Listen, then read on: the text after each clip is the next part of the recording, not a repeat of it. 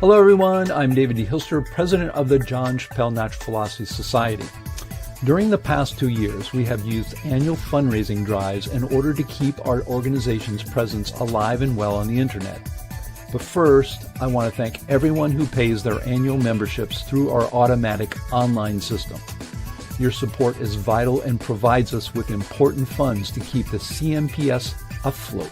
This year, we will be implementing several changes to our online system. Several to save money and lower our annual expenses, and another to better our discussion platform. Our goal this year is $2,000, and I hope we can reach that goal. Whatever amount you can donate, it is greatly appreciated and needed. Your membership and donations are vital to keeping our online community of critical thinkers alive and well. Thank you, and keep up the amazing work that is driving science forward.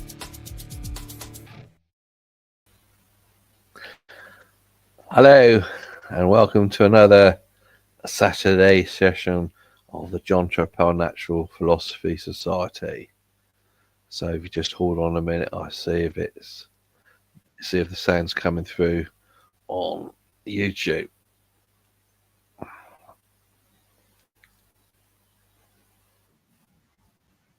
Yeah, so the sound is coming through on YouTube as far as I can see. So it seems like the sound is working. Oh, great, excellent. So what has happened is in the United Kingdom, the clock time has changed. So that might have lost a few viewers. They probably don't know about the changing the time. So I don't think there's only a couple of people watching on YouTube at the moment. So it's an earlier time for people in the United Kingdom than it is on previous weeks. So today's talk, I'll just bring it up now. Okay. It's the title of today's talk is Einstein's method to change the facts to fit a theory? I.e. has what Einstein done with his theory of relativity, which is both a special and general relativity, has he changed the facts to fit his relativity? And of course, my sort of answer is yes. That's what he's done. Okay, so we get into that next. So I got, and that's the question: does Einstein change the facts to fit his theory? ? So of course I want to check with artificial intelligence because I've been using that a lot now, and it's easier to use that than to sort of go through all the research papers that have been written about Einstein, because AI sort of collects all that sort of information so it can give you a general view on things. And so of course I check with artificial intelligence, and my favorite one is ChatGPT, and AI says yes. That's what Einstein's done. And it says Einstein's relativity is about observing things from different points of view, and the theory or theories of relativity can themselves be viewed as far as right from a certain point of view and right from another point of view. And I want to quote Star Wars on this. So Obi-Wan Kenobi has basically lied to the hero, Luke Skywalker, and told him that Darth Vader killed Luke's father, when in actual fact it turned out that Darth Vader is Luke's father. So that was a total lie. And so Obi-Wan Kenobi basically told a total lie to the hero, and Obi-Wan Kenobi tries to bluff his way out of it by saying, what I told you was true from a certain point of view. So from a certain point of view, you could say that Luke's father was killed by Darth Vader because it was a change in the character of Anakin Skywalker, which is Luke's father, from being a good guy to being a bad guy, which is then Darth Vader. So in a certain sense, it was a change, but it's still basically a lie.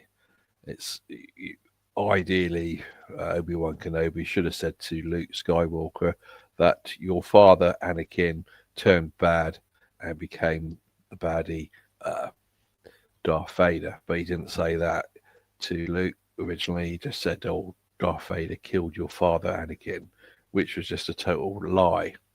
So Obi-Wan Kenobi is trying to get out of the lie by saying, from a certain point of view, what I told you was true, even though from another point of view, it was a lie. So this is all how things change from different points of view. You could sort of like then do that with everything.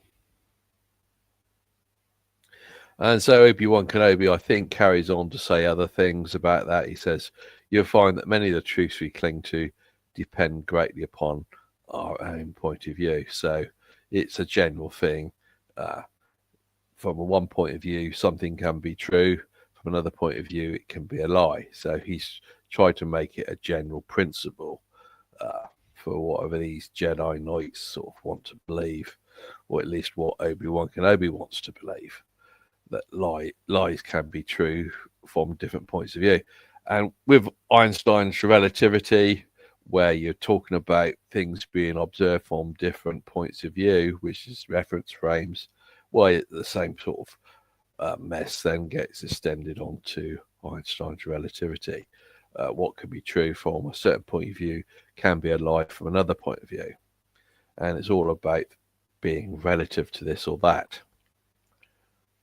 Yeah. So I need you to bear that in mind as we carry on further in this, that being able to tell what's true and what's a lie is completely ambiguous. What we're used to is absolute truth. And with absolute truth, you can say, is that definitely a lie or is that definitely true? But when you make truth relative, where you can be true from one point of view and a lie from another point of view, it just makes truth and lying totally ambiguous. And I'm afraid that's what Einstein's relativity has done for a lot of people. Truth has become relative now. So what's true for one person is a lie now for somebody else. Next. So I asked this question to AI. I said, what did Einstein say that could be interpreted as if the facts don't fit the theory, then change the facts? And my favorite AI, which is artificial intelligence, which ChatGPT, says the famous quote, "If the facts don't fit the theory, change the facts," is widely attributed to Einstein, but he never said that. And it actually contradicts his known attitude towards empirical evidence. And so if you go on the internet, you will find loads of memes, and one of the memes is this one. It has Einstein is quoted saying, "If the facts don't fit the theory, change the facts." And as far as I can be able to tell, that's a fake quote. So Einstein never said that. And if you look on the internet, you will find lots of fake things. In this case, which we're dealing with Einstein, there are lots of things on the internet which have Einstein quoted as saying this or that, and he never said it. Just fake quotes. Okay. And so artificial intelligence, AI, ChatGPT says, claims that Einstein goes by empirical evidence, and goes on to say, the phrase, "if the facts don't fit the theory, change the facts," seems to have originated as a sarcastic or critical paraphrase used by others, often by those mocking theoretical physicists for ignoring inconvenient data. There's no record of Einstein writing or saying it. And why the confusion persists, it says, Einstein did sometimes ignore or doubt conflicting evidence when he thought experiments were flawed. For example, he was initially skeptical of some early negative results in quantum physics and cosmology, This intellectual confidence may have led to the mischaracterization that he would change the facts, but in truth, he was committed to objective physical reality, not to bending facts to fit theory. And so, in my view, AI is admitting here that Einstein tried to ignore the evidence when it suited him. Einstein had a prejudice to believe in a certain type of theory, and when the facts which were coming forward, so say from data from experiments which contradicted what he wanted to believe, then he was trying to ignore that as much as he could. And so, in a sense, it seems that when he is represented as saying if the facts don't fit the theory, change the facts, then that is how many people are looking upon what he's doing. Even if he never said it, that is the impression that people have about how Einstein is tackling physics. And now this is an attitude of some people, of course, but not by everyone. So some of his critics are thinking Einstein is just messing up theory and he's just messing up the facts. So AI continues, the quote, if the facts don't fit the theory, change the facts, is a misattribution. What Einstein actually meant in his writings is closer to theory determines what we can observe, but observation ultimately judges theory. And so I think that sort of thing is very messed up and ambiguous.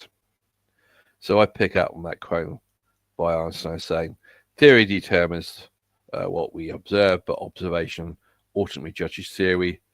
Wouldn't that mean go with the theory, ignore the facts? So that's my question I put to AI. Because that sort of quote looks like it could mean that. And AI responds, excellent question, and you put your finger exactly on the subtle tension in Einstein's philosophy of science. And he wants to then unpack it carefully. But it's if I go back to that quote again, it's when Einstein says these things like theory determines what we observe, but observations ultimately judges theory, then that sounds very much like, to me, ignore the facts when it doesn't fit your theory. And so that probably sounds the same to many other people. So anyway, AI carries on, quoting Einstein, theory determines what we can observe, but observation ultimately judges theory.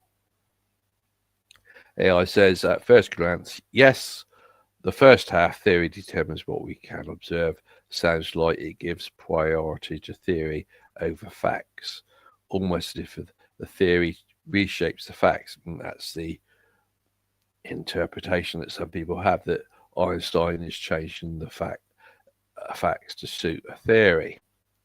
But AI then wants to really defend Einstein. It says, but Einstein didn't mean that. And I kind of like, well, how do you know? How does AI know that that Einstein didn't mean that? But anyway, from the point of view of AI, it's deciding Einstein didn't mean that we should ignore facts. Rather, he's pointing out a deep epistemological insight. We never consider raw facts or observations is interpreted through a theoretical lens. So we have some facts, but the bias people have is they want to interpret that from their existing beliefs. And their existing beliefs can be things like a theory they have. In the case of Einstein, he has his theory of relativity, which is special and general, and he wants to interpret things from that point of view. So he's biased to how he's understanding those facts. He wants to interpret them in a certain way.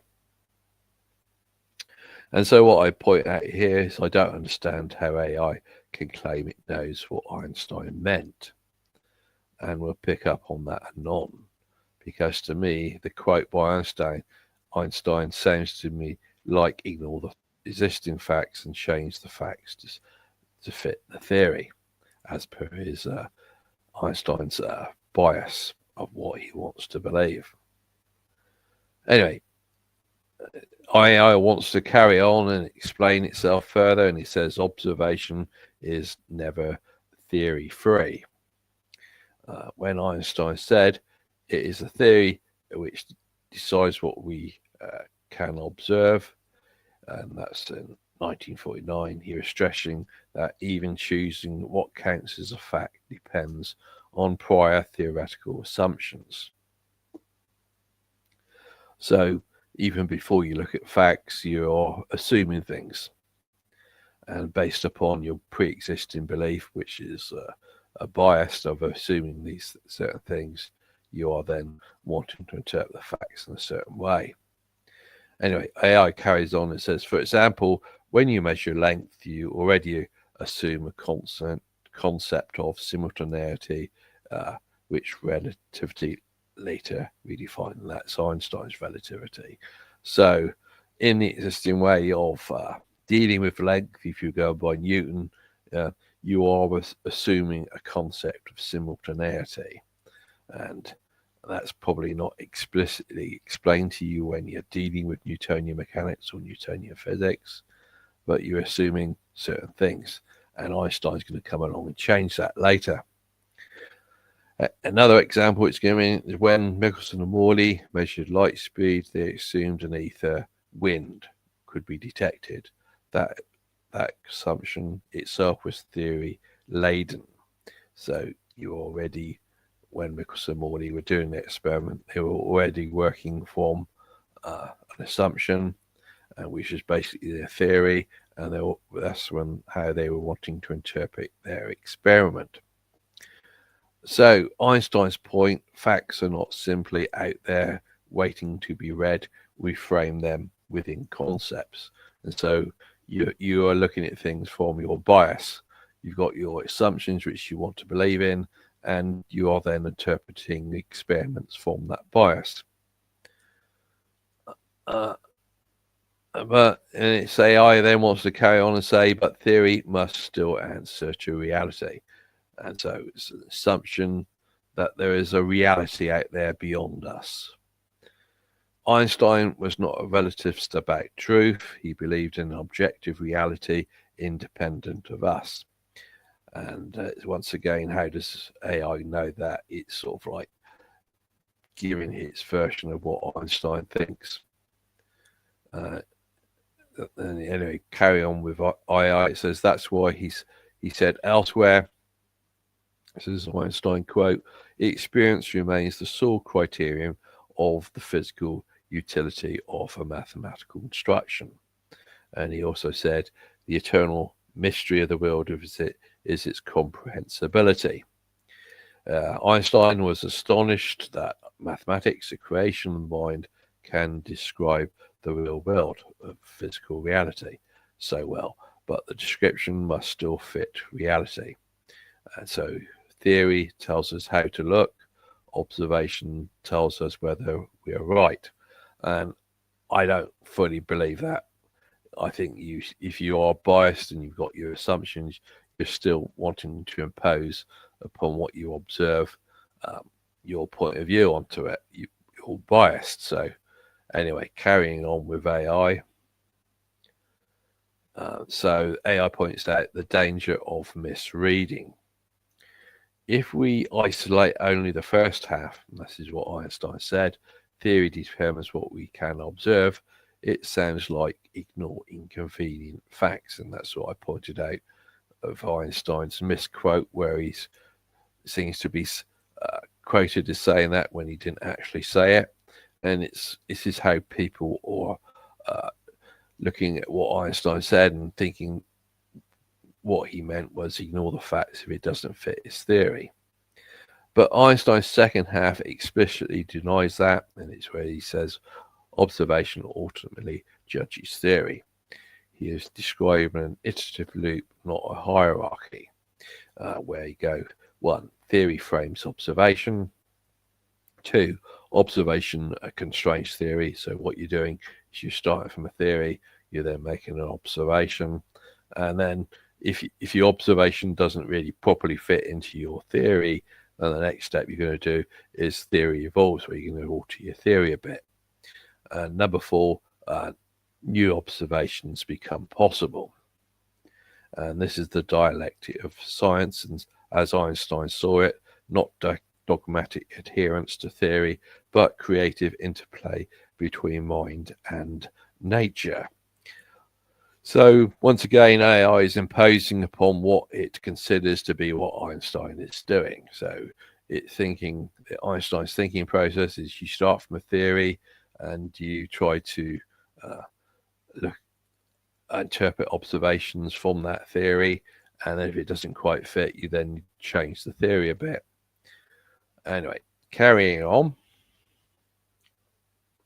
AI says is why the misunderstanding. Many critics, and this is critics of Einstein's relativity, accuse Einstein of being rationalistic, putting thought above observation, where he's, in other words, Einstein is prioritizing theory over what is observed, because he often trusted mathematical and conceptual consistency even before data confirmed it. And once again, I disagree with AI.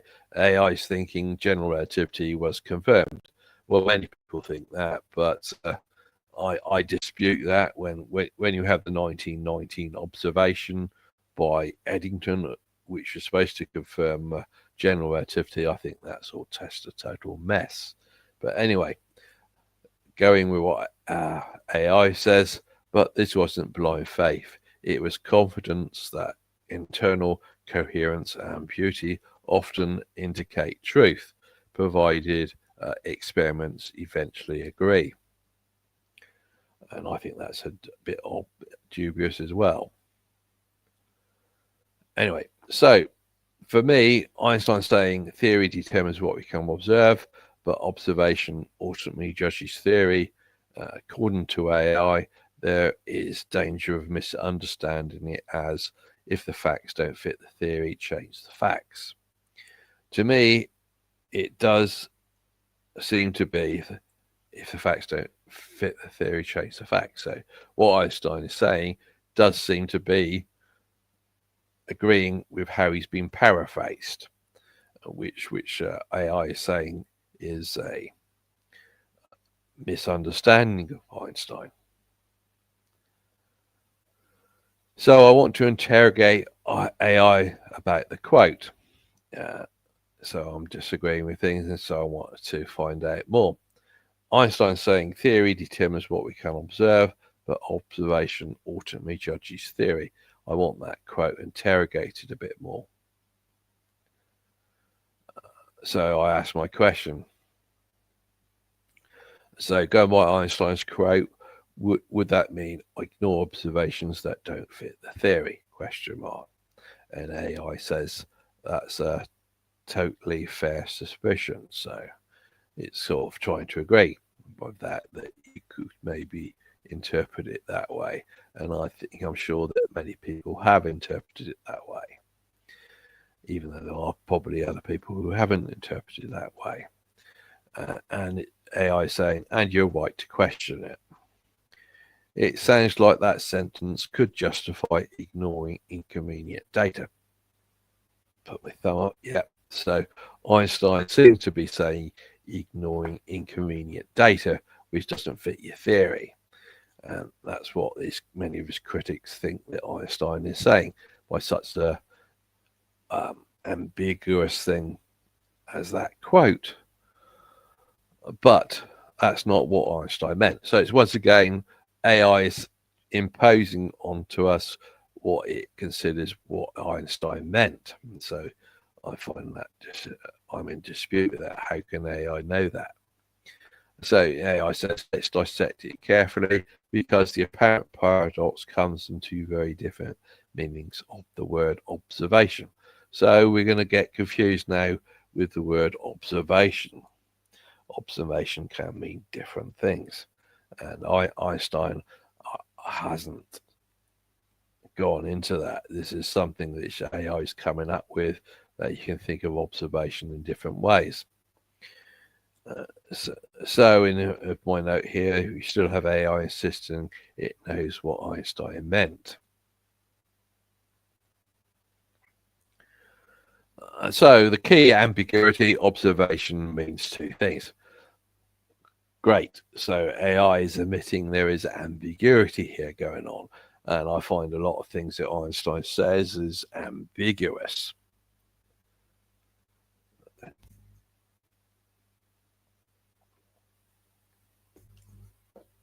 So AI is pointing out when Einstein said it is the theory that which decides what we can observe, he is talking about what exists or what happens in experiments. He meant that we notice, measure, or interpret as significant. So in that sentence, observe means recognize as a meaningful measurement. But when he said observation ultimately judges a theory, he used observation in the empirical sense, the world's independent behavior, what experiments ultimately reveal when done carefully and interpreted coherently. And I find that nonsensical. And so Einstein is supposed to use observation stroke observe in two different ways in the same sentence. And that's according to AI. So AI is trying to make sense about what Einstein said. If when Einstein says it is the theory which decides what we can observe, that's the first sense of the word observe. He means it in a certain way, and then when he says observation is the second sense of the word, ultimately judges a theory. So this is why we're getting total mess up with what Einstein is saying. If he's saying in a sentence something, and a word like observe or observation is meaning two different things in that same sentence, then that is a total mess. So AI, anyway, putting aside the mess that Einstein makes in his quote, we're going to have to, which AI tries to make sense of by having him meaning two different things to the same word. And so AI says Einstein's real attitude, neither blind empiricalism nor blind rationalism. He distrusted both extremes. So AI is thinking, well, in his AI doesn't actually think, but AI is trying to make out this is what Einstein's way of thinking, and it's coming up with this for some strange reason, which is not explaining. Anyway, it's according to this, Einstein distrusted both extremes, where it's got empiricalists like Mark said theory must be built purely from sensations, and rationalists might say if reality agrees with math, too bad for reality. And Einstein is supposed to have stood in between these two things, according to AI. And Einstein once wrote, experience remains, of course, the sole criterion of the physical utility of a mathematical construction. That means you can't ignore observations, but you also can't interpret them meaningfully without a conceptual framework. A conceptual framework being a theory based upon your assumptions. He often ignored preliminary or poorly understood data, not because he thought facts don't matter, but because he thought the interpretation of those observations wasn't yet reliable. He always assumed that in the long run, long run, nature's consistency will correct us. So it's pointing out that AI is now admitting, from its point of view, that Einstein was wanting to ignore things. So I need to make my screen bigger.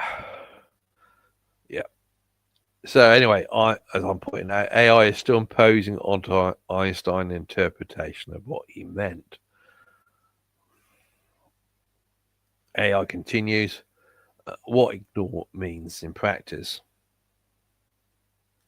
And according to AI, it says Einstein would never say ignore the facts, but he might say be cautious about what you call a fact.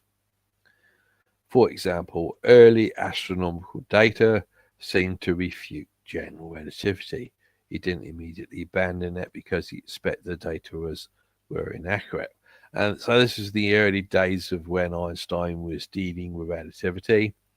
Einstein started special relativity in 1905, and he was still working on relativity, which later became called general relativity, which tried to generalize it, and that goes up to 1915. So it's 10 years of working on his theory of relativity, both special and general. And so initially he was faced with the problem that astronomical data wasn't fitting with what he was building with his theory, but he didn't immediately abandon his theory construction because he suspected the data were inaccurate, and this is called to AI.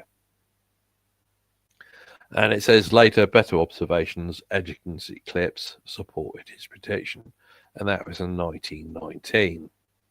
That's when Einstein became famous, and where the mainstream starts saying that Einstein's general relativity was confirmed by that observation. So, according to AI, so he was not ignoring reality, he was distinguishing between unreliable observation and definitive empirical test. But before 1919, he wouldn't have known that, so he was ignoring certain things up to 1919, and at 1919 he was thinking his theory was confirmed, but he was ignoring certain things according to AI. So he was ignoring the facts as they were then known. Anyway, AI says the deeper insight, Einstein's phrase expresses a reciprocal relationship. Theory shapes how we look, that's how we interpret things. Observation corrects what we think. And I don't think, I'd sort of want to disagree with AI here, where it says observation corrects what we think. I think, in my view, some people are biased and they will want to stick to their theory no matter what. Anyway, AI says if either side dominates completely, science collapses. So if you only go by theory, it's dogmatism. If you only go by data, it's meaningless accumulation of numbers. And Einstein's balance was supposed to be, we invent the concepts, but nature decides whether they work.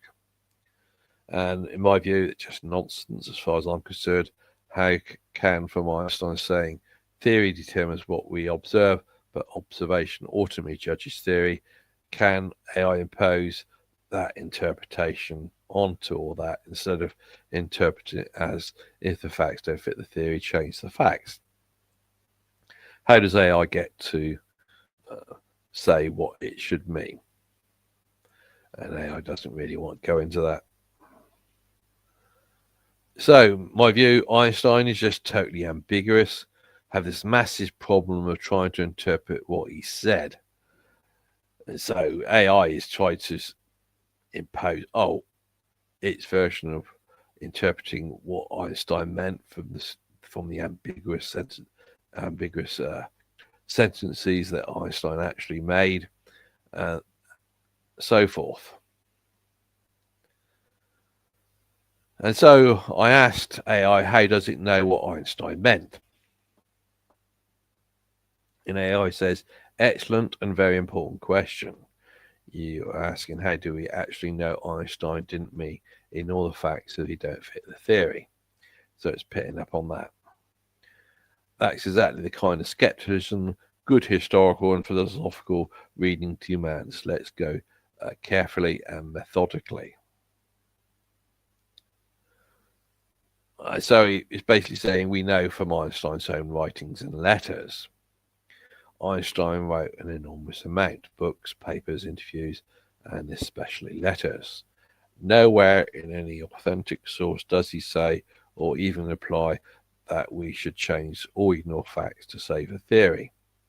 In fact, we have many explicit statements to the contrary, like, no amount of experimentation can ever prove me right. A single experiment can prove me wrong. And another quote from him is, experience remains the sole criterion of the physical utility of a mathematical construction. And so at Contra AI, there are clear, direct affirmations that experience facts are the ultimate test. So if we take Einstein in his own words, it's the opposite of change the facts. Yeah, but that means a lot of reading of Einstein's writing, and still it's imposing upon Einstein's writing, trying to interpret what he means. So when it says here, they got this quote from 1922 and 1921, well, maybe he's changing his mind. So what? So still AI is trying to impose upon Einstein's writing an interpretation of what Einstein meant. Next page. So anyway, so according to AI, seems to mean have to read everything Einstein wrote to understand what he means when he said something like, theory determines what we can observe, but observation ultimately judges theory. So in my view, so it's obviously bad writing or speaking by Einstein. Me, theory determines what you can observe, but observation ultimately judges theory. That sounds like if the observations don't fit the theory, then ignore it. Theory tells us what we can observe, so observations that theory allows tells us the theory. And AI responds to that, ChatGPT. That's a beautifully precise reading. And you've articulated exactly the philosophical tension in Einstein's statement. You're right on the surface, it does sound circular, even authoritarian. Theory decides what we can count, absent observation, so theory always wins. And so, but anyway, my point then is AI went on to still claim it knew what Einstein really meant. So, to a certain extent, then AI is accepting my interpretation of what Einstein meant as being possible, but it wants to then dismiss it and still impose its own interpretation on things. AI says, when Einstein said it's the theory which decides what we can observe, he wasn't talking about what reality is in itself, ontology, that's the nature of reality, but about what we accept as reality. So we have reality, the nature of reality, but what we accept as reality is based upon our bias.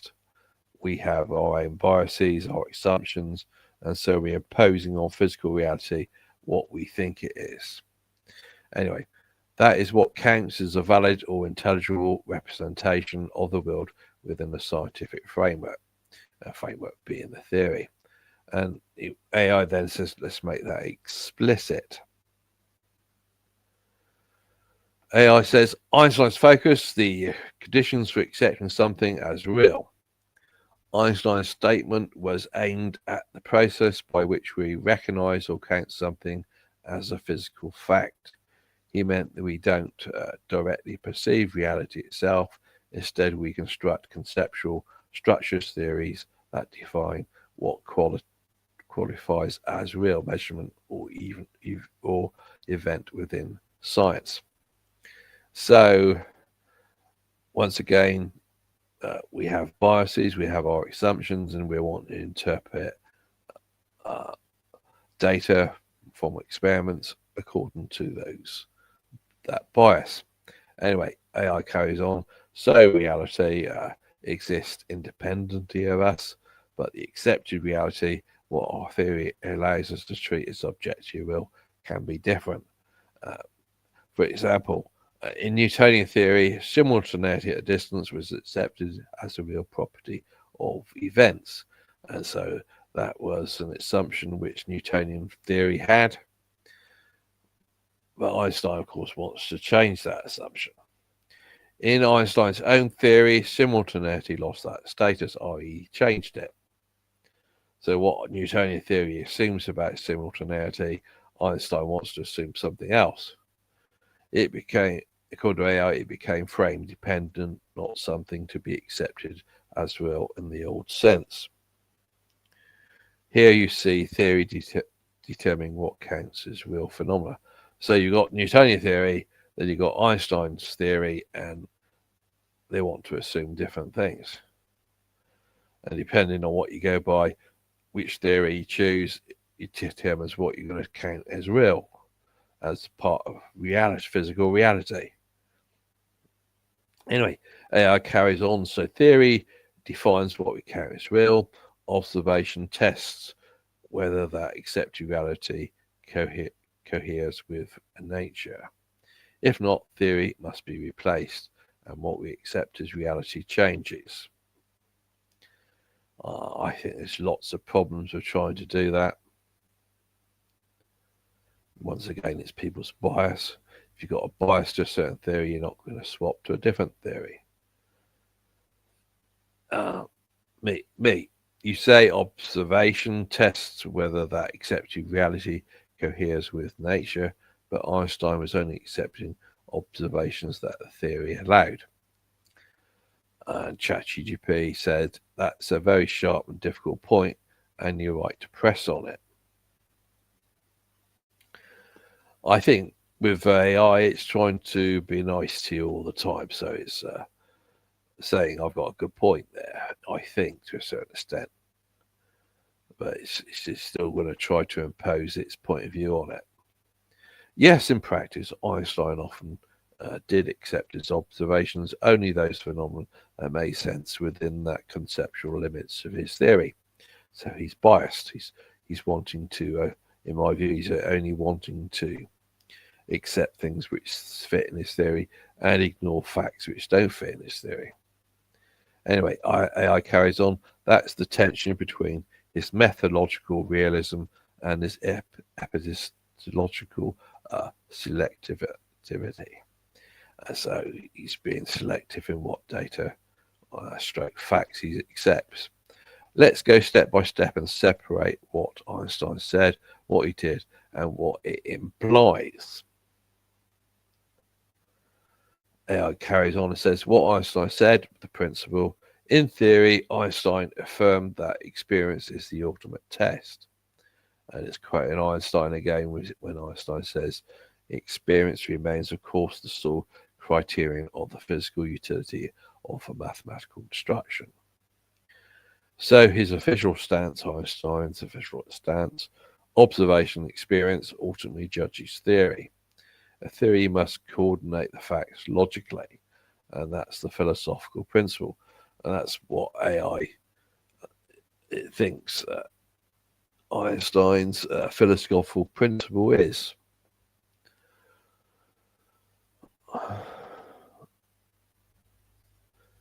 And so next, AI wants to go on what Einstein did, and that's the practice. In practice, Einstein often acted as though only certain kinds of observations, those conceptually intelligible within his theoretical framework, were admissible. And so, that's Einstein wanting to exclude certain facts again. Anyway, AI carries on. Examples: quantum mechanics, you refuse to accept the observation of indeterminacy as a fact about nature. He insisted that it revealed an incomplete theory, not a random reality. And on this issue of quantum mechanics, Einstein didn't like it.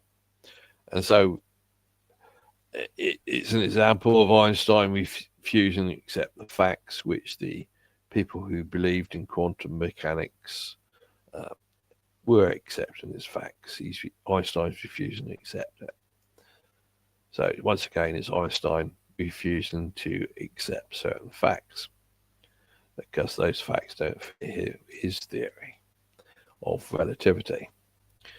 Next one is ether drift experiments. He reinterpreted their null results not as a mere data, but as signs that the very concept of ether drift measurement was meaningless in the relativistic framework. So, once again, it's Einstein trying to change the facts again. It didn't fit his theory, so he wants to change those facts. Next example, simultaneity. After 1905, he regarded the observations of absolute simultaneity as nonsensical because his theory no longer allowed it as a physically meaningful statement. So if you think of simultaneity coming from Newton, absolute simultaneity, which would be Newton, as a fact, Einstein didn't like that fact and he wants to change it to something else. So once again, Einstein is trying to change the facts to fit his theory. AI says, so yes, he filtered which empirical claims counted as valid observations through his theory's conceptual structure. So that's 3 examples there of Einstein refusing to accept certain facts and changing things to fit his theory. So AI carries on what that means. Epistemic gatekeeping. This is exactly your point. Einstein's theory determined what qualified as an observation, hence what could test the theory. So that's my point. He's ignoring certain observations. He's wanting to interpret things differently. And that's a kind of epistemic circularity. Though Einstein thought it was necessary, not arbitrary. But from my point of view, it looks just arbitrary. And I'm sure that other critics think what Einstein's doing just arbitrary, is just changing things. Anyway, from Einstein's perspective, this is what AI thinks, is the perspective, you cannot test a theory using concepts that the theory itself has invalidated. E.g., you can't use ether velocity to falsify relativity because ether velocity is meaningless in relativity.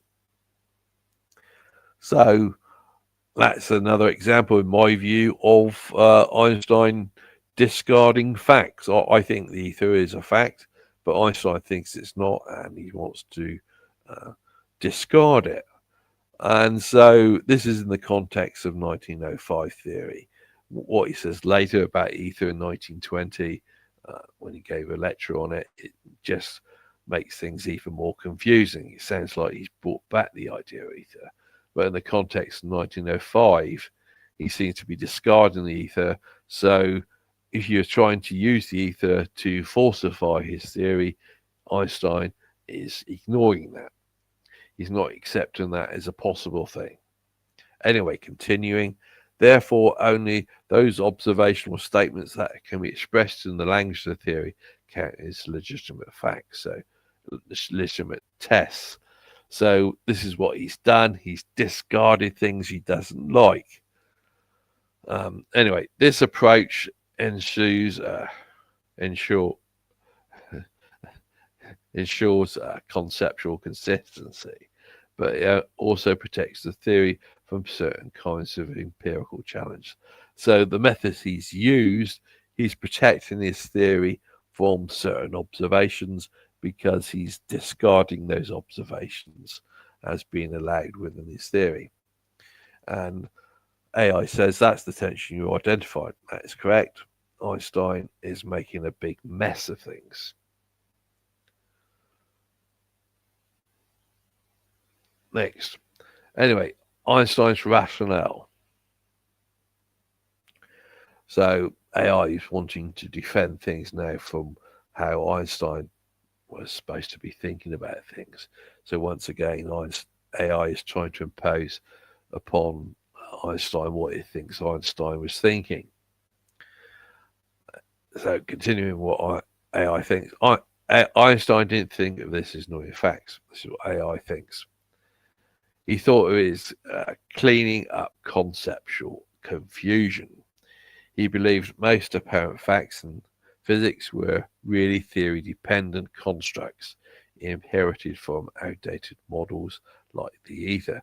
And that's in the context of 1905, because, as I pointed out, when Einstein says about ether in 1920, completely confuses things.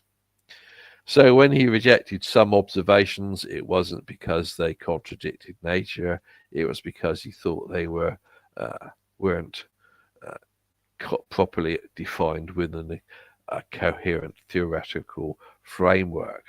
He might have said, that's not a fact, that's a meaningless statement under the correct conceptual system. See, Einstein didn't actually say that, but AI is thinking that's what Einstein meant, and which was supposed to mean not empirically wrong, but conceptually invalid. So AI wants to pick up upon what I'm talking about and is saying it's the meta problem you're touching upon. This is meta is beyond. So unfortunately, things in physics have been totally messed up by Einstein, and it's not just the physics, it's the metaphysics as well. It's the context in which you're dealing with physics, which is the meta issue, the meta problem of how you deal with physics. It says you've hit a deep epistemological issue. If the theory itself defines what counts as an observation, then no observation can truly falsify it. Only a conceptual revolution can. So this is how Einstein defends his theory. He's discarding things he doesn't like from being considered as valid. Anyway, it's Thomas Kuhn later systematized this in his book, The Structure of the Scientific Revolutions. Different paradigms define their own valid observations, so you can't directly falsify one paradigm from within another, which is basically saying that Einstein constructed his theory and it's discarding things it doesn't like. And you got to go with a completely different theory if you want to deal with something else. But Einstein's theory is not accepting things which invalidate it. So Kern openly acknowledged Einstein as a prime example of this phenomena. So AI says, so yes, your reading is correct. Einstein's actual methodology meant that he accepted as real or relevant only those observations that his theoretical framework allowed to be meaningful. That's how Einstein defends things. And he rejects certain facts, data, which is not meaningful within his theory. And AI says that's not quite ignoring facts, but it's a redefining what counts as a fact. That just gets me. If you're redefining what counts as a fact, that is it is like ignoring the facts.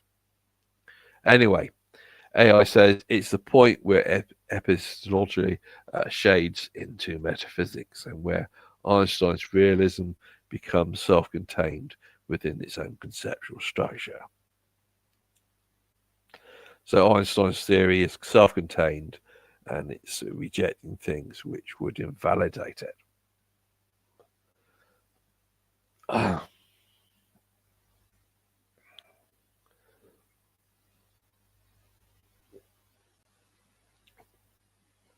So, this is my comment on it. Einstein's actual methodology meant that he accepted as real or relevant only those observations that his theoretical framework allowed to be meaningful. But redefine the facts is changing the facts. And then ChatGPT is going to say to that, yes. Say exactly. Well, I didn't say yes. It said exactly. It would have been helpful if it said yes, but it didn't say yes. It said exactly. you're hitting the core tension. From a certain perspective, yes, agree. Got the yes now, so it's agreeing with me. So from my point of view, my perspective, this is what Einstein is doing. And AI accepting that's what Einstein is doing from my point of view. If you only treat observations as real when they fit your theoretical framework and reject or reinterpret those that don't, you're in effect changing which facts count. That's what Einstein's doing. He is, in blunt words, he's doing the quote. He's changing the facts to fit the theory, which AI was not agreeing with earlier. But you got your subtle redefinition of words here that if you're wanting to reinterpret things differently, then it's not wanting to think that is changing the facts. But to my point of view, that's what you're doing. Anyway, AI says, but there's a subtle distinction in Einstein's thinking. And so AI says redefining facts versus changing reality. So changing the facts, as is in the misattributed quote, if the facts don't fit the theory, change the facts, implies altering reality itself. And I think it means altering the perception of reality rather than the actual reality out there, or pretending reality is different. That's clearly not what Einstein did. Well, I disagree. It's my interpretation. That's what he was doing. By reinterpreting things, he was changing the facts. Redefining which observations count as facts means clarifying which phenomena are conceptually meaningful given the theoretical framework. This is what AI is saying.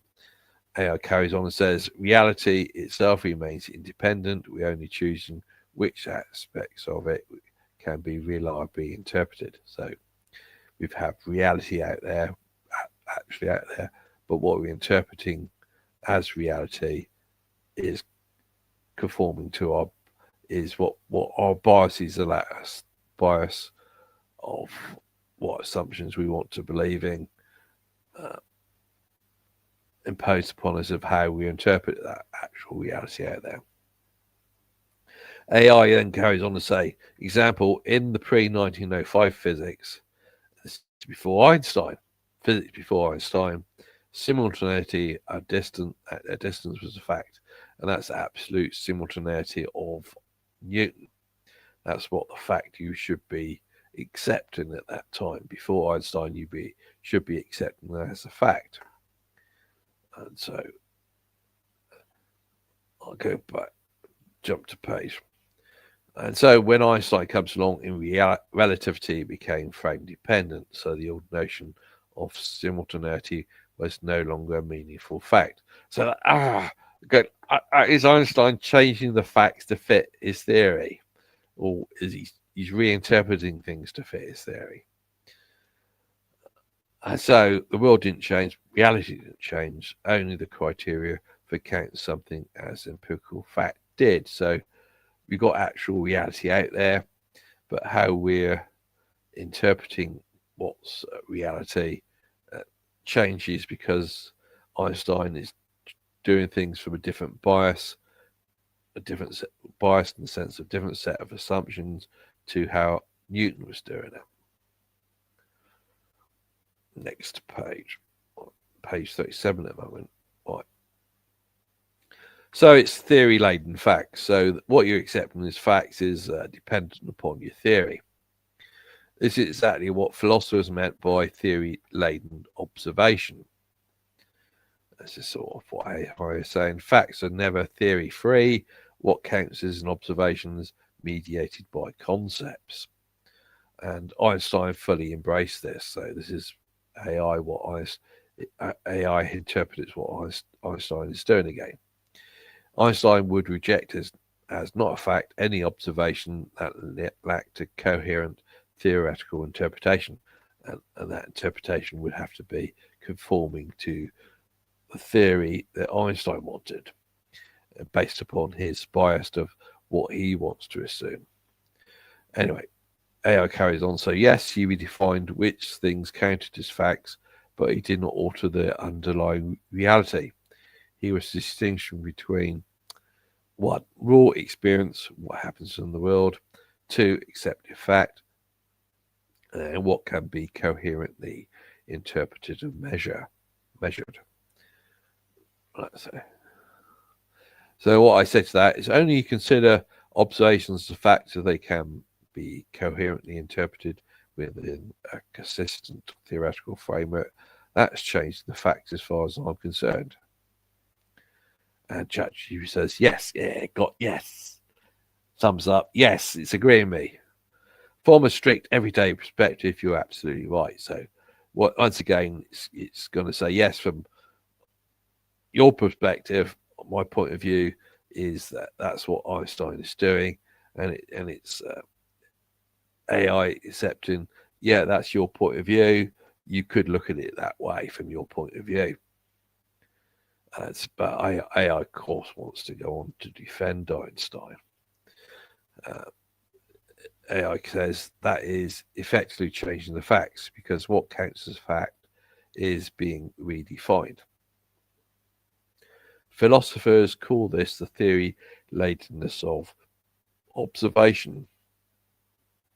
The line between fact and not a fact depends on conceptual frameworks. So, depending upon your bias of what you're going to assume, you're going to decide what is a fact and what is not a fact. So, finally, back to Star Wars again. So we get back to that quote. Thank you. Just have my cup of tea brought in. Thank you. So back to Star Wars again. It's all gone circular. We're back to Star Wars. So I think Star Wars has been very insightful in working out what physics now is under the influence of Einstein. So when Obi-Wan Kenobi says, so what I told you was true from a certain point of view, Einstein, from a certain point of view, has changed the facts to fit the theory. While those who support Einstein's relativity tend not to want to see things from that point of view. So from a certain point of view, Einstein is changing the facts to fit the theory. And from another point of view, which the mainstream trying to impose upon us, that's not what Einstein is doing. So in conclusion, Einstein never said if the facts don't fit the theory, change the facts, but many people interpret that as what he was doing, especially from those who are critical of Einstein. So Einstein never said it, but many of his critics think that's what he was doing. He's changed everything. And the examples I pointed out, such as about absolute simultaneity, you're supposed to accept that absolute simultaneity is a fact. But when Einstein comes along, no, we want to change that. We've changed that fact to something else. And so that's the end, I think, of this little talk. We now can look to see what comments I've got. I don't think there's many people in the green room. I'll just have a look now.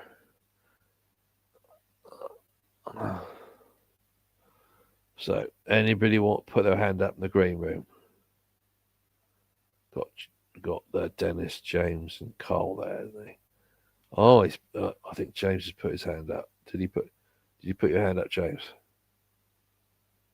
I think he put his hand up. Yeah, he's nodding his head. I interpreted that as that. He moved. Oh, hey, great. Take away my slide. Hello. Hi, James. Good morning or afternoon or whatever. Well, I just wanted to add, I don't know if you really covered the fact that actually both Lorentz and Einstein completely abandoned the scientific method.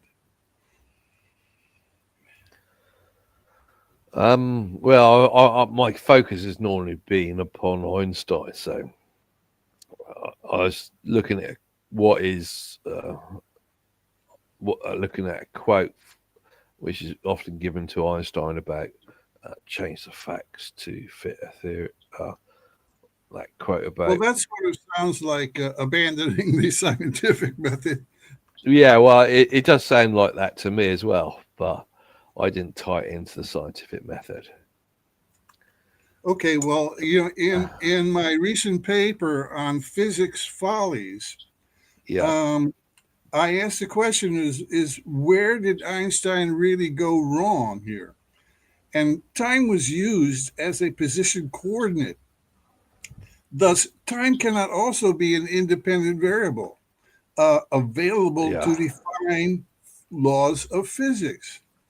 The yeah, problem is the laws of physics require the time variable. Even if time does not explicitly appear in an equation for a law of physics, say, for example, the ideal gas law, yeah, there's the assumption that the equation remains true with the passage of time. yeah, For example, at least two of Maxwell's equations, the divergence equations, um, equal zero of certain fields, those are assumed. Time does not appear explicitly in those equations. yeah, However, we do assume that those equations remain true with the passage of time. Thus, there are two alternative uses of the time t variable.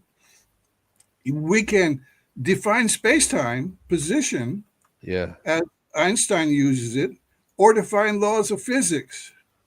Now, with the scientific method, space-time and laws of physics cannot both exist.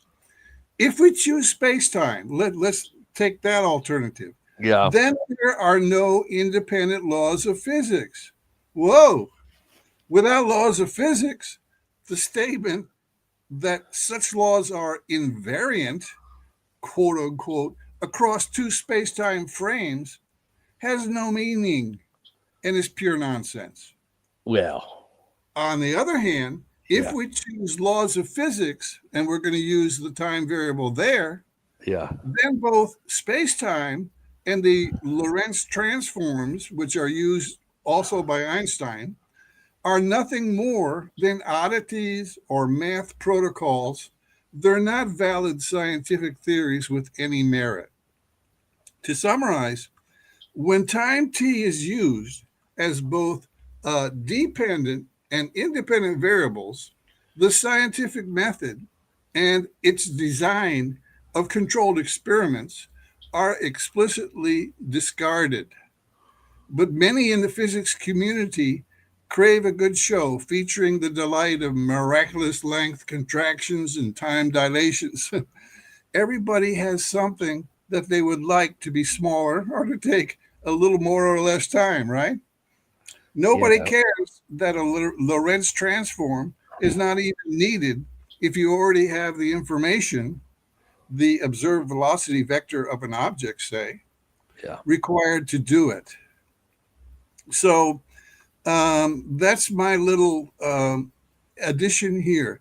In other words, it's probably a mistake even to consider special relativity in the sphere of a discussion of science. Yes, I know many physicists do agree with that theory or pretend that that theory yeah, is science. In that sense, these people are actually might be considered to be imposters. So that's the end of my little rant, if you will. they've taken over physics though. Your imposters, they're the ones that are in charge of physics now. Yes, and that's sort of Yeah, a shame. So if we thanks go, for your talk, Raj. thank you. Yeah, so if we go, oh, you'll go down now. You, you finished? Yes, yes, thanks a lot. Thank you for your input. Yeah, so okay. So if we go back to Newton, we had very clear way of things were defined, such as time, and then Einstein's coming along and changing everything. So the way Einstein's dealing with time has messed everything up. So it's, as James is pointing out, so I was just picking up on the idea of one of the things that Einstein messed up in the context of Newtonian physics was absolute simultaneity. In the context of physics before Einstein, absolute simultaneity was a fact, and then Einstein comes along and messes up that by wanting to interpret things differently. But there's lots of things that Einstein did when he messes up things. So it's just a general method of messing things up by him. So if I go now, look at the comments. I'll go this one. Good morning to everyone. Yeah, good morning. Hi, Roger, you sound much clearer today. I don't know why. Maybe my microphone's turned up more or something.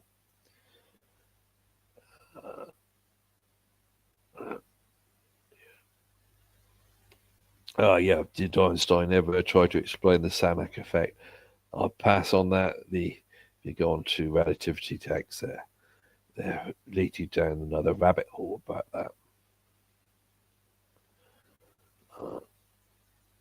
Here we go. Some of these comments are just going off on massive diversions. Oh yes, this is 3i Atlas with this meteorite or comet or whatever it is, this interstellar object. Some people think it might be an alien spaceship. Anyway, 3i Atlas got hotter this almost past week, as well as it changed direction. I don't know what that and list. That is what, at least probably, that is what Stefan Burns said. So that's a very interesting thing about 3i Atlas. There's lots of things being said about it now, but it's not been what this talk has been about. It's about complaining about Einstein some more. Anyway,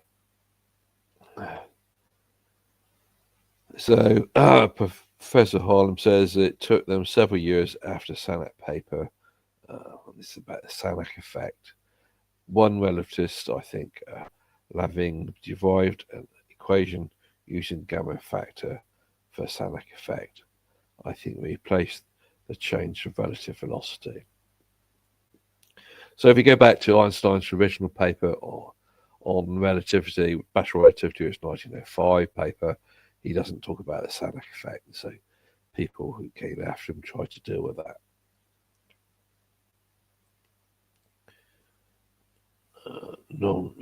Okay. I think that still relates to the last comment.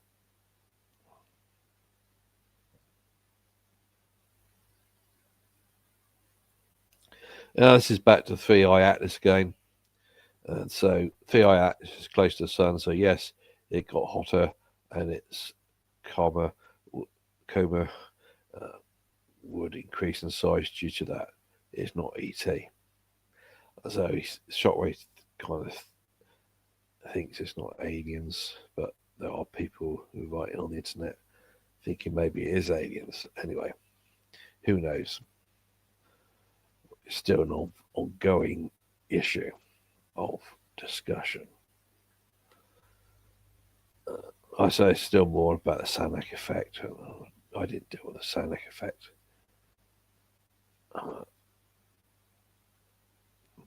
Let's go down.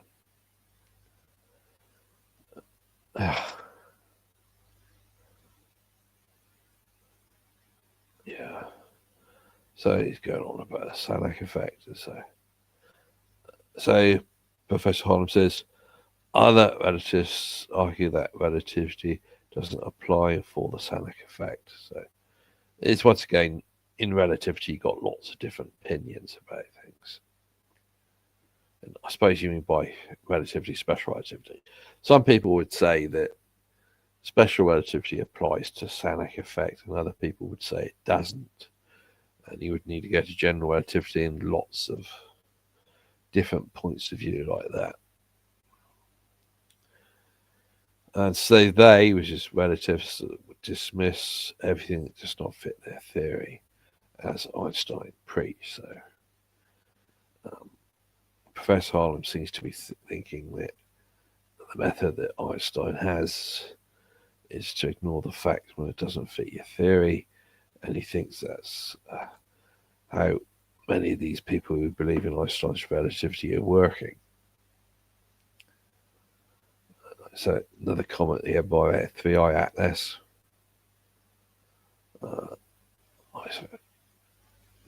Jim.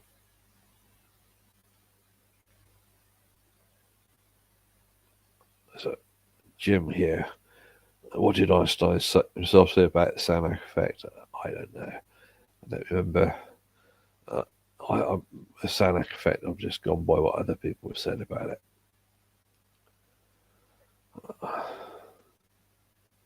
But anyway, it's still not what I'll be dealing with here. So there's more comments about the Sandbach effect. And more about 3i Atlas.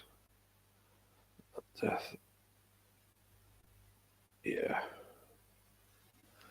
So this person, DC Miller, he supposedly done an experiment which some people think disproves Einstein's relativity, and other people say it doesn't. So that's all just another big argument issue here.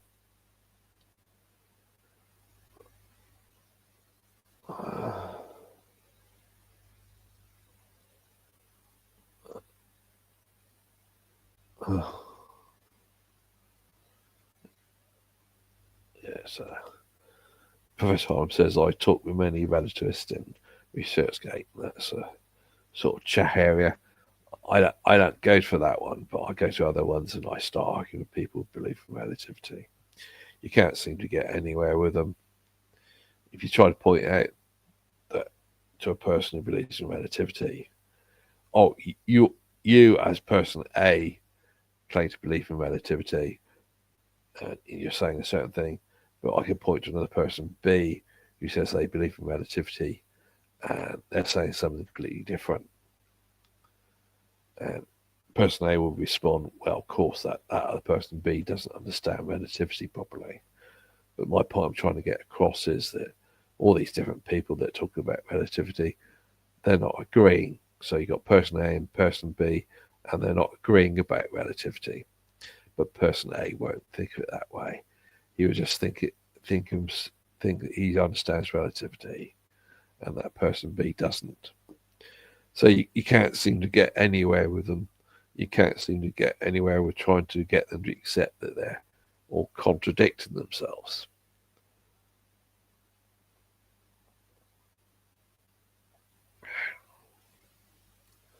Anyway, carrying on looking through the comments. There's still more to be said about the Sandbach effect.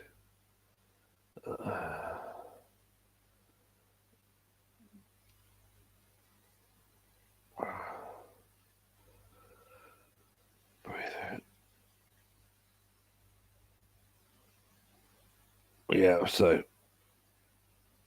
according to Shockwave, Einstein said nothing about the Sandbach effect. Well, Einstein's got a lot of papers, so yeah, I don't know whether that's correct or not. Anyway, no comment, don't know. Anyway, that's the end of the comments so far. I've got up to date on them. That's it. So, yeah, I'm up to date on the comments. Just confused about the time. So this talk started at 2 p.m. my time, and on the comments it's from about 3. I've got up to the time of 3 p.m. 3:17. So here. Sorry, says Roger. It's correct. Okay. Next. Oh, another comment coming through. Let's see. So, sorry, says Einstein did not publicly comment on George Sandbach 1913 experiment at the time. It was published at the time that the Sandbach wrote his paper. And there are no direct quotes from him specifically about the Sanak effect.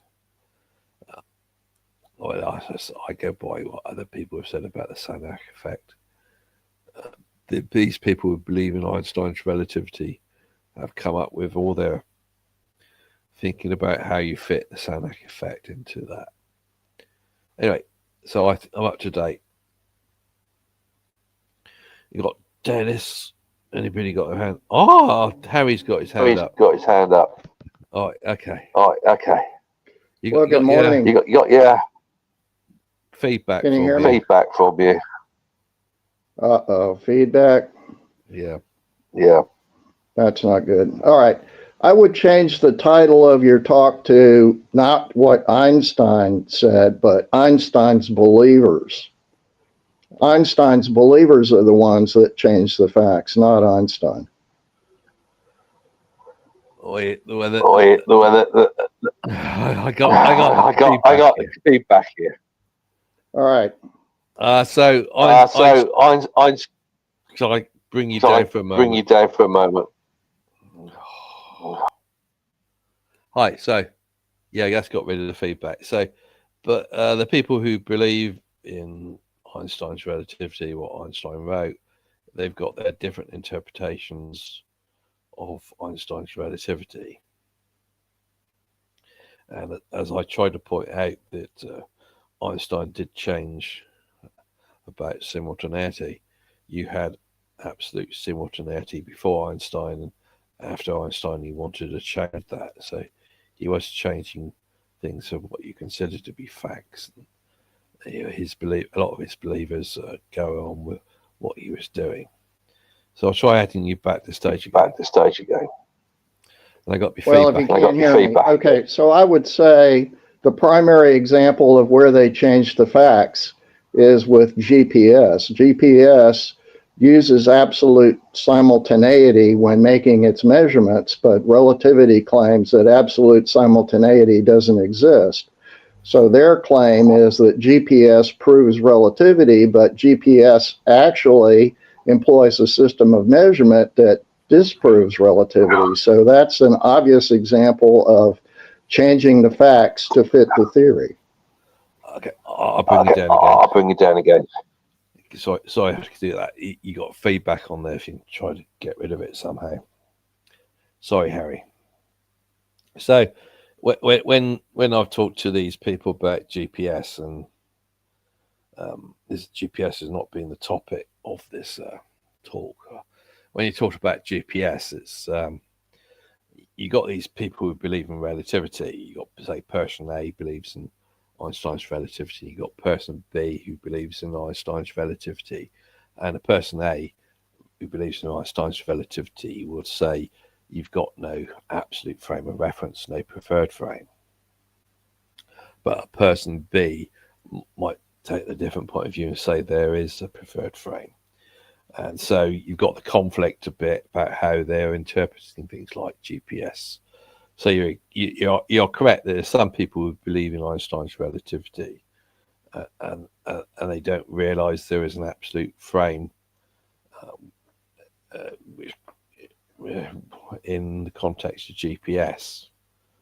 So they don't accept, understand, or believe that GPS is contradicting what they believe is relativity. So I'll bring you back up again. Got your feedback again. Well, that's that. Okay. So they're ignoring the facts that GPS. So they've changed the facts to say that GPS supports relativity rather than recognizing that it disproves relativity. So that's changing the facts to fit the theory, which is what supporters of Einstein do. That's the point.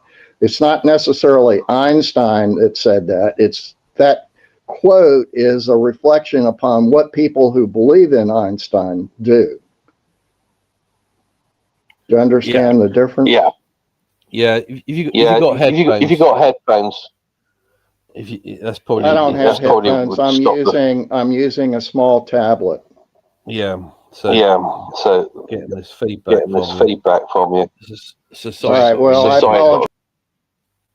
So sorry, I have to move you again. So if you get into an argument of GPS, then it's people who believe in Einstein's relativity, you get into a terrible mess with arguing with them. And the people that believe Einstein's relativity doesn't have a preferred frame, then they must be misunderstanding the GPS system. Or with the people who believe in Einstein's relativity, and it does have a preferred frame, when it looks like, when you do read into it, it shouldn't have a preferred frame, then maybe they're misunderstanding Einstein's relativity. So you got this conflict between people who might be misunderstanding GPS with people who might be misunderstanding Einstein's relativity, and you end up just in a terrible muddle with these people when you start arguing with them, because they work from their bias to their assumptions, and they can't consider what they're believing about their things is wrong. They're not open to considering that they say misunderstood GPS, or they've misunderstood relativity, that you just get nowhere with them. And so you could say that what they're doing is change the facts to fit the theory, but they might not and may not necessarily agree with that as to what they're doing. Well, that fits your question really fits. It's Einstein's believers believe in changing the facts to fit the theory, and I think that's what is happening. It's the believers of Einstein who change the facts. Yeah. And I also tried to point out that it would seem to be Einstein was doing that as well. So if that's what they believe, that you change the facts to fit the theory, and if they believe that that's what Einstein's doing, then they're following what they believe Einstein was doing. But of course, you got probably other people who don't accept that that's what Einstein was doing. As I try to point out, that this idea about the simultaneity seemed to be about changing the facts. Well, I think there's kind of the point is it's his believers or followers that change the facts. I think that's what the quote is being. It's kind of a satirical commentary on Einstein. It's not really a commentary on Einstein. It's a commentary on people who believe Einstein. Do you see what I'm saying?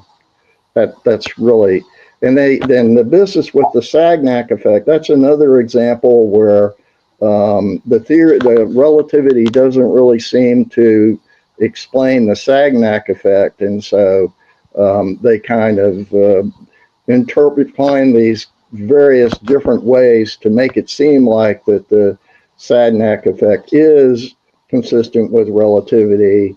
And if you try to read their explanations of it, it's very difficult to follow and doesn't really make any sense. So that's another example where an experiment doesn't really fit the theory, and so therefore you change the facts around to make it look like it fits the theory when it doesn't. Yeah. Sorry, how I'll keep moving you when I reply to you. Yeah, but it depends on who you're talking to. You can end up working from people's different beliefs about Einstein's relativity. They all got their different beliefs about what Einstein's relativity is, and on the issue which you raised, so when you read about things about the Sagnac effect, that's another big argument thing you go into. Some people believe that special relativity can deal with the Sagnac effect, and other people believe it can't, and you've got to go to general relativity, and you've got lots of other different points of view on that. And as to the issue, well, the theory is changing, that's another issue you could argue with them. Some people accept that that's what's happening in relativity, that relativity is saying one thing one moment and saying something else later. But in a certain point of view, they think that's a natural part of science, that a theory evolved or progress. So all these different contradictory explanations that they come up with in the context of relativity, a lot of them are thinking in terms that that is a natural part of the evolution of relativity. Well, that's called ad hoc hypothesis. That's called ad hoc. An example of that would be Einstein's theory of general relativity doesn't explain the rotation curves of galaxies, so you invent dark matter to explain the way the observations. So that's an example of changing the facts to fit the observations, which seems to be what Einstein's followers do. Yeah, that's what they're doing, but they think that's a natural part of science. They think that's what you're supposed to do. Well, that's still an ad hoc assumption. It's an ad hoc modification. There's no they've never found any evidence of dark matter. They've been looking for it for years and years and years and haven't found it. And so there's no evidence that it exists independently of the fact that they need it in order to correct for the fact that their theory doesn't make correct predictions. Yeah. Sorry, so I have to keep moving you. So yeah, reply to that. Yeah, they've got these problems like dark matter, dark energy, and lots of other problems in particle physics and everything else, and they're looking upon that as problems that they're trying to solve. So they think that's a natural part of science, is to have a problem and then try to find a solution to it.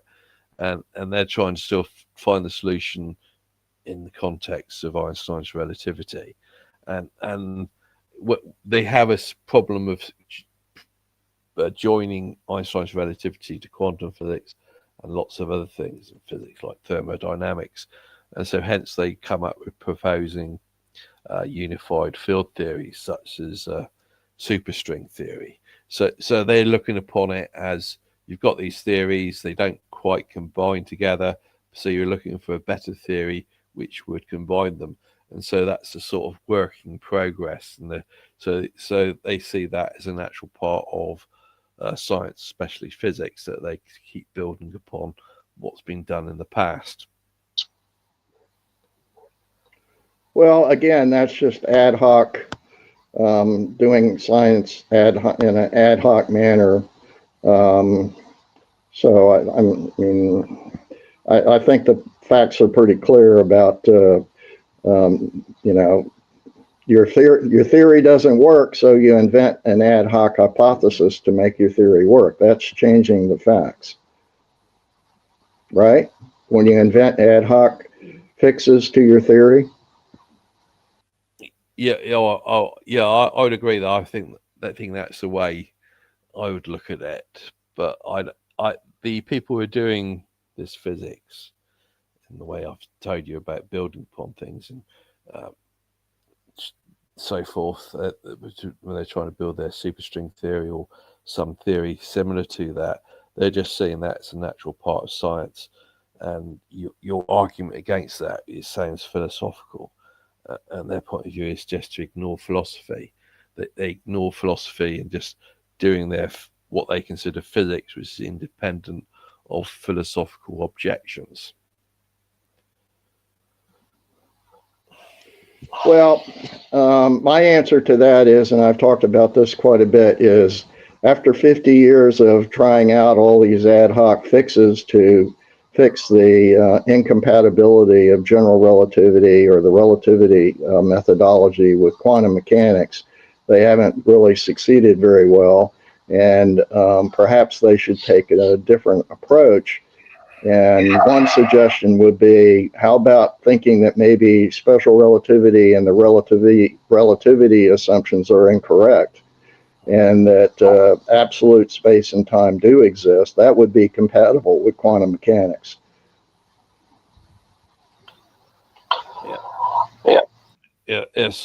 Sorry, Harry, that I got to keep removing you when I want to reply, so stop this echo. Yeah, but they don't see that's what's happening. They see they're building upon success because they're coming up with their things like Higgs particle, and they're believing it's confirmed by experiment and so forth. And you've got Professor Utzinger who thinks they're wrong about that, but from the way they're doing science, or physics, they think they're building upon success. So we could point out the philosophical problems with the way they're doing science, but they want to ignore that. They think the way they're doing it is right because they're only seeing themselves as building upon success. I think the success usually gets highlighted by their Nobel Prizes because they're awarding these physicists for Nobel Prizes. It was the last one for gravitational waves and so forth. So they keep saying that they're predicting things from theory, and then they're actually going out and doing some sort of experimental observation, and that agrees with their theory. So they don't see that they're doing things wrong. They just see that they're building upon things and they're doing it right. So we've got a problem with how they see things and how we outside of mainstream physics see what they're doing. Well, yeah, it's pretty clear that the science establishment doesn't accept criticism. And I saw a recent video on YouTube where a philosopher was commenting that philosophers had been criticizing quantum mechanics for 50 years, and the science community has been ignoring them for just as long. And so even when you have a large group of people, professional philosophers with PhDs, criticizing what scientists are doing, and scientists aren't paying attention, I think that shows basically they're in a bubble. Yeah. So I have to remove you so that in comments get rid of this echo. Yeah, I agree. That's what they're doing. They're working within their bubble. The criticisms are coming from outside of mainstream physics, and the people within the bubble of mainstream physics are ignoring those criticisms which are coming from outside. They can easily slag people who are outside of their bubble as not knowing what they're talking about. They claim to be talking about physics, and the people like outside their physics they're dismissing as not knowing what they're talking about. They're not being properly educated in physics to understand what the issues are. So that's how they do things. All right. Well, thank you for talking to me. Maybe you have somebody else in the green room. I thought Jim had an interesting idea there. I think what he was saying is the laws of physics need to be independent of time. I think that's what he was saying, and that's an interesting criticism. But I'm not really sure exactly what is meant by laws of physics. You could probably interrogate AI about that, and that might be an interesting discussion. What does it mean to talk about a law of physics? I think different people have different ideas about that. That's where you have differences in point of view, I think. Yeah, sorry, I have to remove you to comment again. So yeah, that's right. The be another good argument to go into what are the laws of physics. I mean, people who believe in Einstein's relativity believe that the principle of relativity, constancy of speed of light, equivalence principle, and things like that, that's pretty much what the laws are, but you could argue against them. All right, I'm going to sign off. Okay, thank you, Harry. Yeah, that's very interesting. Okay, next, let's see what else we got. I think some more comments have turned up. All right, so Dennis has got his hand up. Right. Yeah, Hello, Dennis. reason that the physics has gone off the rails, I think, is that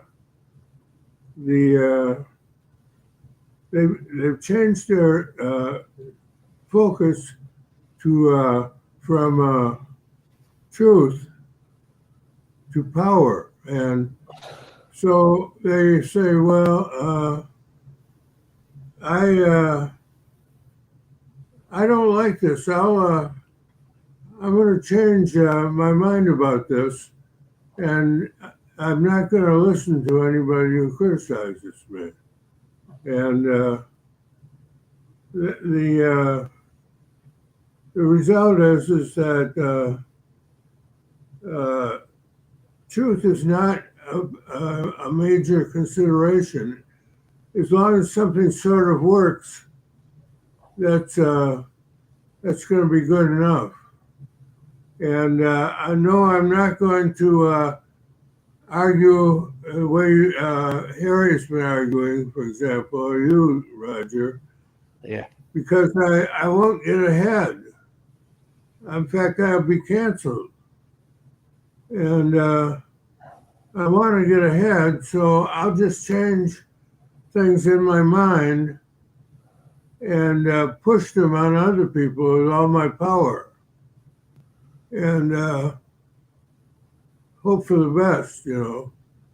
And I'm not going to criticize basic methodology because then I'll get canceled, whether whether what I say is true or not. And so it's a shift of focus. It's from truth to power.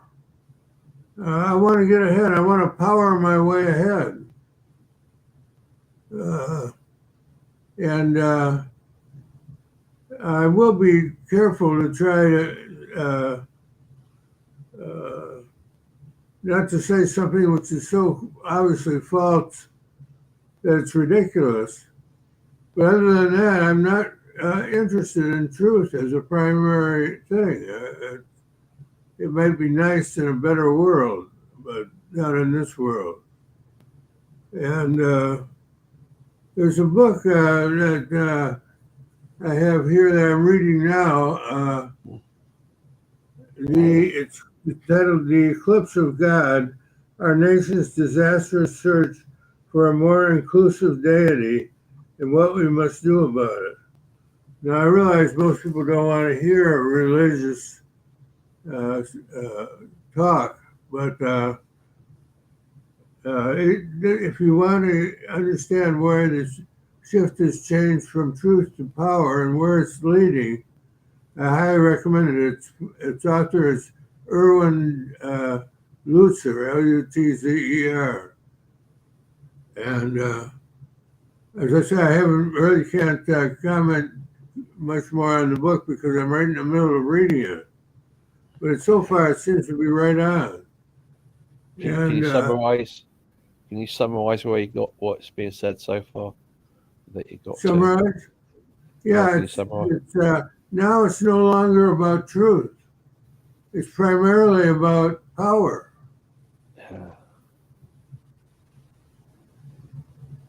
Yeah, well, I think things have always been about power. In the physics community, you got a hierarchy.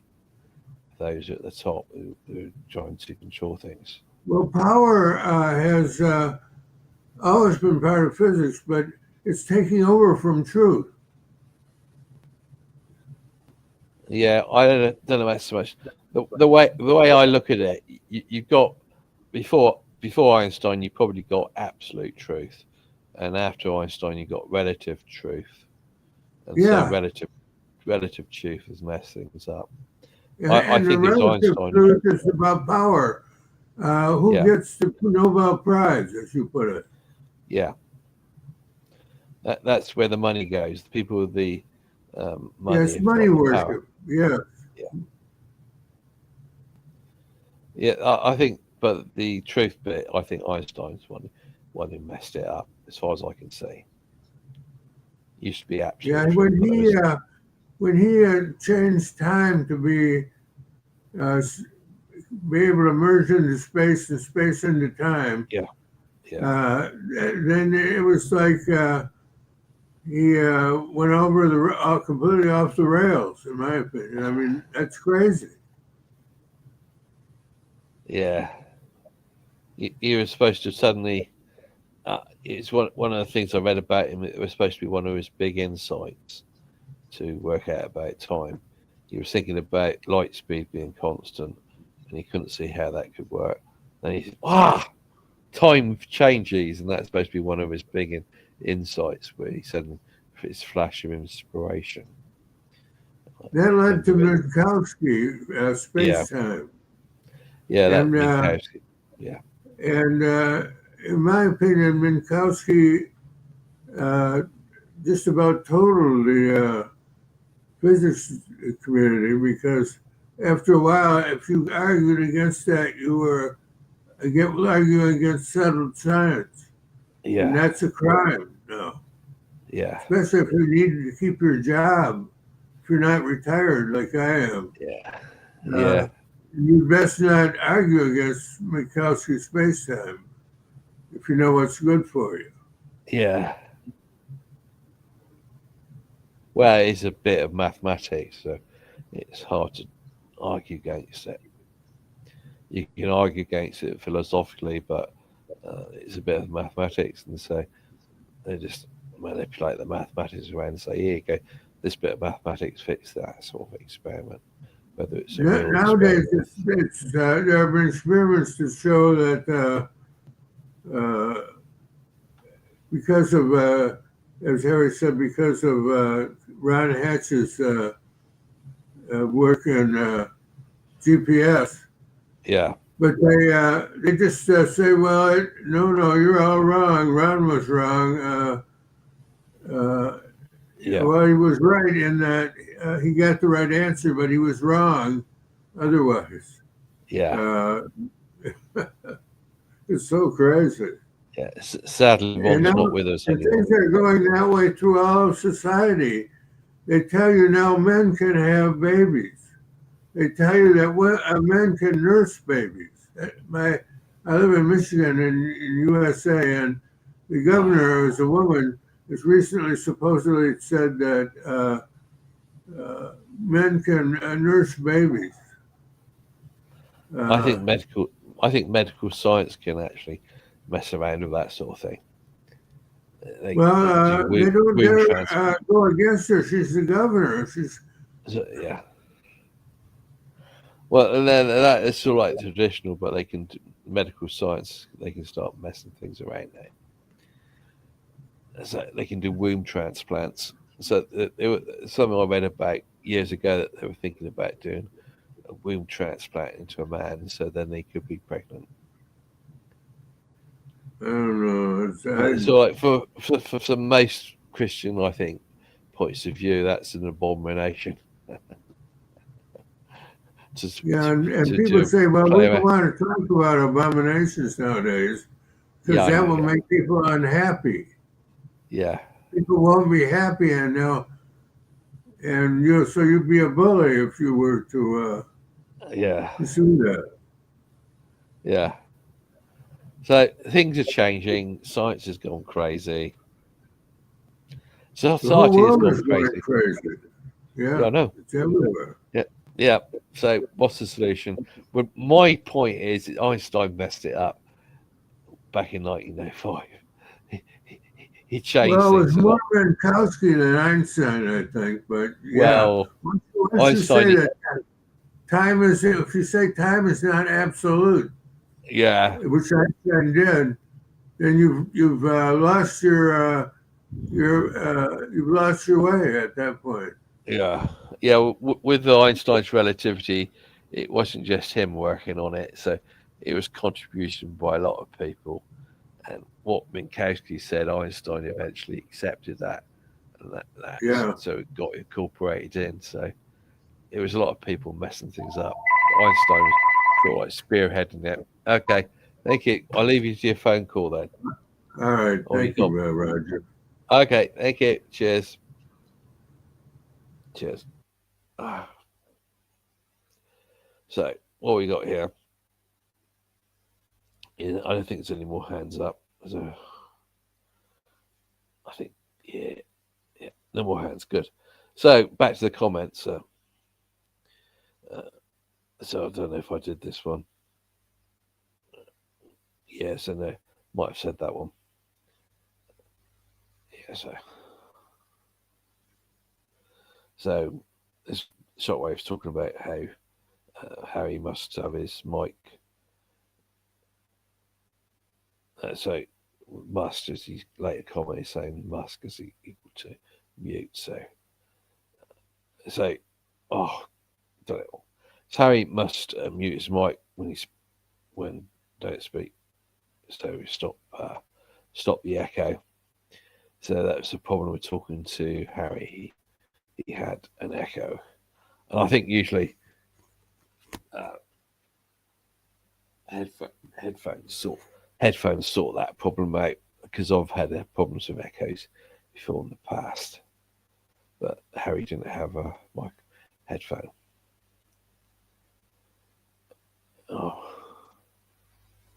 So Magneto, that's X-Men, somebody from the X-Men, superheroes.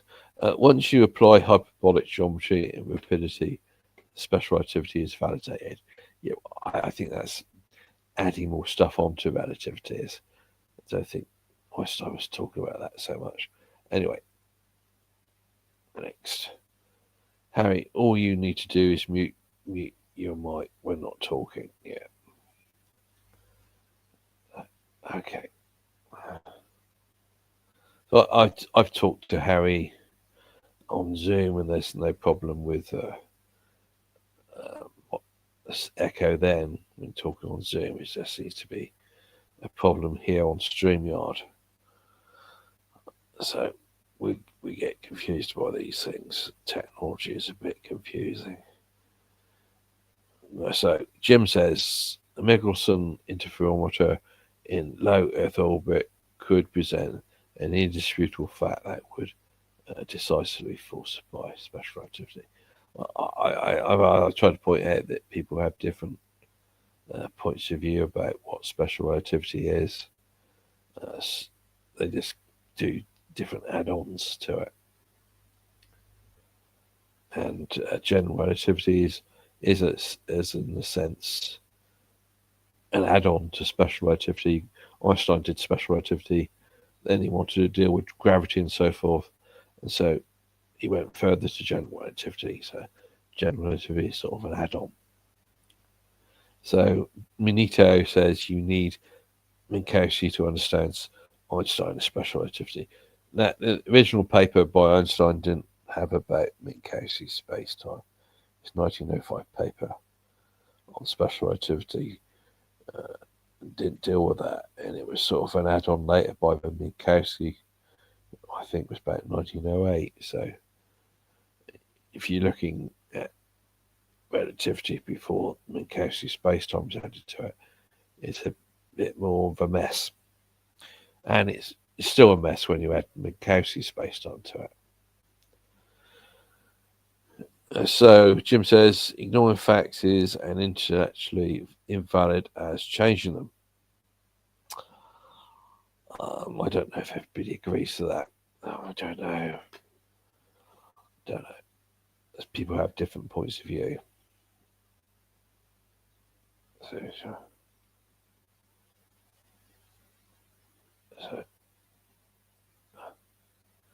I think he's just rephrased it, or saying the same thing again. Don't know.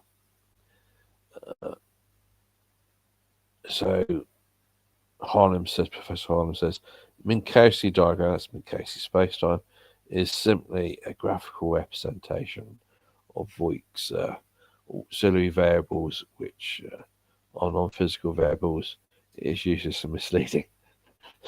So it is a bit of mathematics, so the encountering space-time is a bit of mathematics, and you can draw a diagram for that mathematics. So if it's useless and misleading, I don't know. It's confusing. Can be confusing. So Jim's suggesting Sue's local ether model. There's lots of ether theories out there. Can Miller, as a Professor Holland says, can Miller experimental results be interpreted with a local Earth ether model, or it should be too small to be selected? Don't know. It says, sorry, detected, so it should be, it meant detected, not selected. Okay. I mean, could Miller have detected the Earth rotation, for example? And that's the Miller experiment. I don't know. Passed. So I think it's Jim's replying to Harlem here and about that. It says, I don't think so. It's only 360 meters per second and due east-west and parallel to Earth's surface.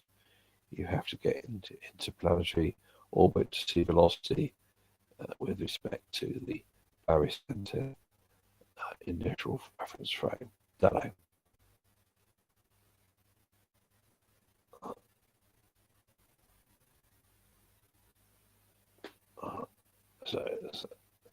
So it's another comment here, and I don't know. Pass. Back to Magneto. Back to Magneto for the X-Men. There's superheroes, supervillains, and so forth. Magneto is an interesting character in the comics. He starts off as a baddie, and then he becomes a hero. Oh well.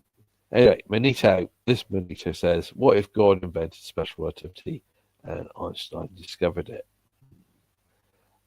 Well, too much theology there, don't I?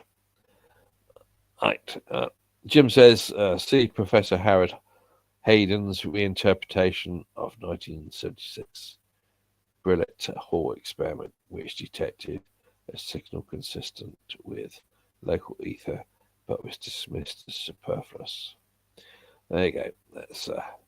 That's a method highlighting how they ignore facts. If you've got a theory, if you've got to do an experiment that doesn't fit in your theory, then you find a method of ignoring it. So, power has always been in the fall, yes, even before truth. Yeah, it's always about power.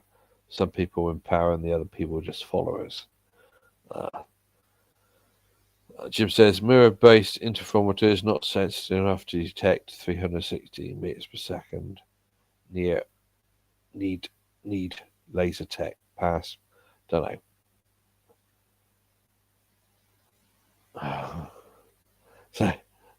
So this person Harlan is referring to Magneto about the God thing, and he thinks it's the devil. God. Oh well. Oh well. I mean, theory, not reality. Oh well. Yeah. So Professor Harlan thinks that the theory of relativity directs people from doing real science. And so Jim thinks it's certainly obstructed progress in physics. Yeah, exactly. You just go around in circles with Einstein's relativity. Right. It just leads to dead ends and confusion. Right, next. And so, good show. Thank you, Roger. Yes, somebody likes it. Hey, excellent. I think that's worth ending it here. So, what is the time like now? I think it should be time to finish now. So, finishing it on a good note, somebody liked the show. So, thank you very much, everybody. Thanks for all your contributions, and I have to go now. Thank you. Thank you. Bye then. Bye. Cheers.